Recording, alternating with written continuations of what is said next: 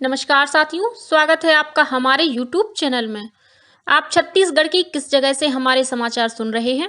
कृपया comment box में लिखकर हमें जरूर बताएं। रायपुर से प्रस्तुत हैं छत्तीसगढ़ के प्रादेशिक समाचार। समाचारों के साथ मैं रजनी शुक्ला। पहले मुख्य समाचार।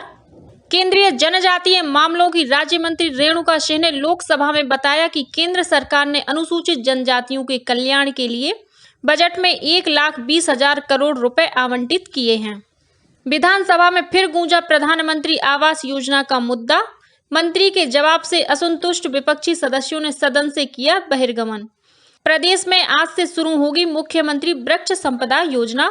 और कांकेर जिले में माओवादियों ने सड़क निर्माण कार्य में लगे 12 वाहनों को आग के हवाले किया। अब समाचार विस्तार से।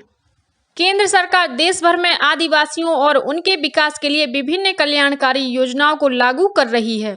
लोकसभा में एक लिखित उत्तर में जनजातीय मामलों की राज्य मंत्री रेणुका सिंह ने बताया कि अनुसूचित जनजाति घटक निधि के रूप में 2023-24 के बजट में लगभग 1,20,000 करोड़ रुपए आवंटित किए गए हैं। नीति आयोग ने महत्वपूर्ण जनजातीय आबादी वाले आकांक्षी जिले की पहचान की है। छत्तीसगढ़ विधानसभा में कल एक बार फिर प्रधानमंत्री आवास योजना का मुद्दा जोर शोर से उठाया गया। प्रश्नकाल में विपक्षी सदस्य पन्नू लाल मोहिले, शिवरतन शर्मा और धर्मलाल कौशिक ने बचे हुए आवास लोगों को दिलाने के मुद्दे पर सरकार से सवाल किया। इसके जवाब में पंचायत मंत्री रविंद्र चौबे ने स्वीकार किया कि कोरोना काल के दौरान राज्य सरकार ने अपना राज्यांश नहीं दिया था। उन्होंने कहा कि जो भी हितग्राही पात्र होंगे उन्हें आवास दिलाया जाएगा। मंत्री के जवाब से असंतुष्ट विपक्षी सदस्यों ने नारेबाजी करते हुए सदन से बहिर्गमन कर दिया।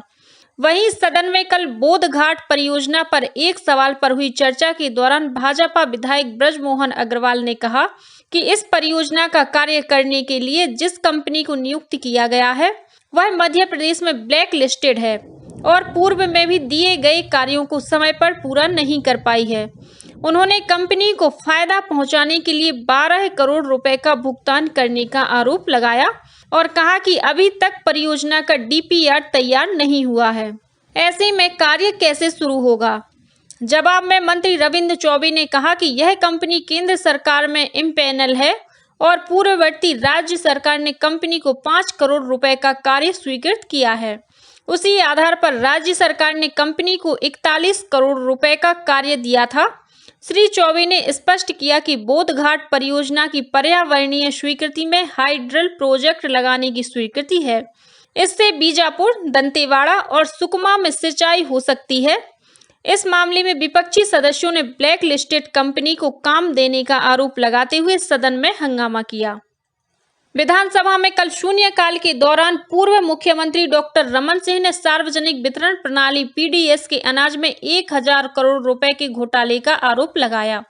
विपक्ष के 13 सदस्यों ने स्थगन प्रस्ताव देकर इस पर चर्चा कराने की मांग की।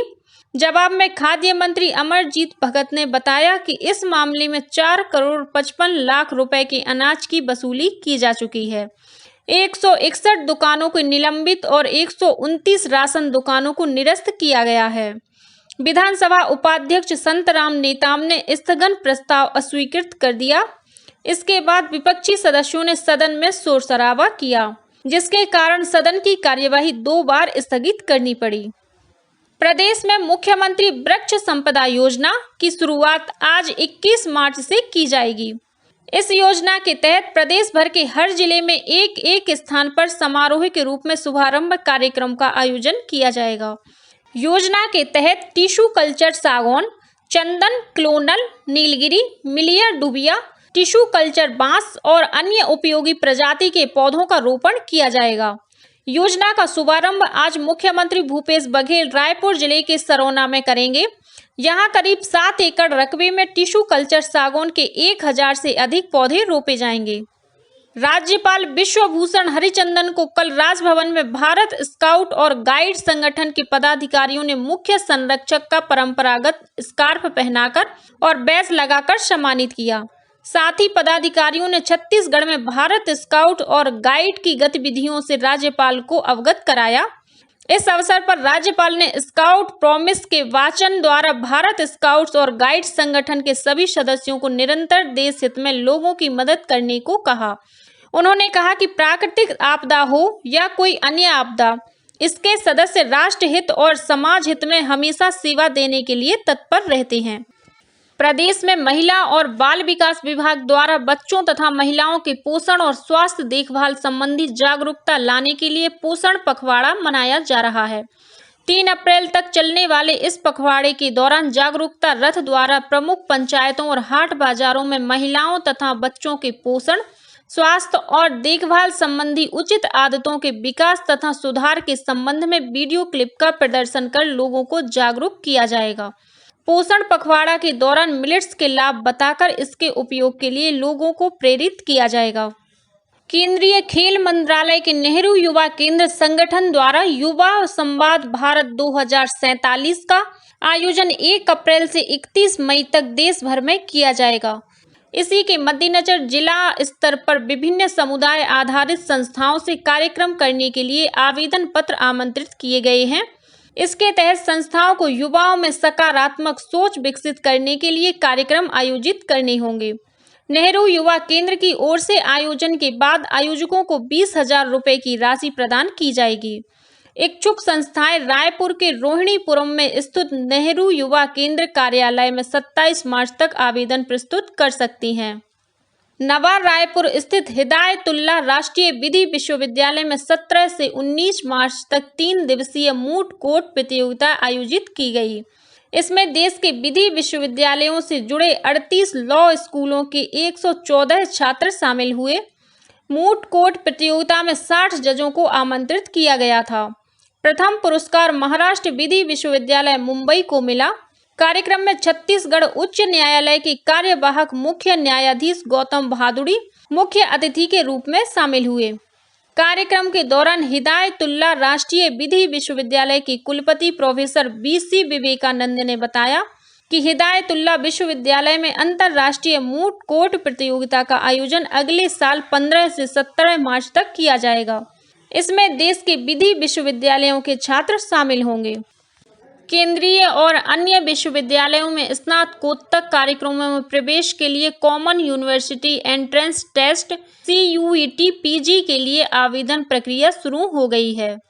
विश्वविद्यालय अनुदान आयोग के अध्यक्ष M जगदीश कुमार ने एक ट्वीट में कहा कि राष्ट्रीय परीक्षा एजेंसी स्नातकोत्तर कार्यक्रमों में प्रवेश के लिए CUET PG परीक्षा आयोजित करेगी।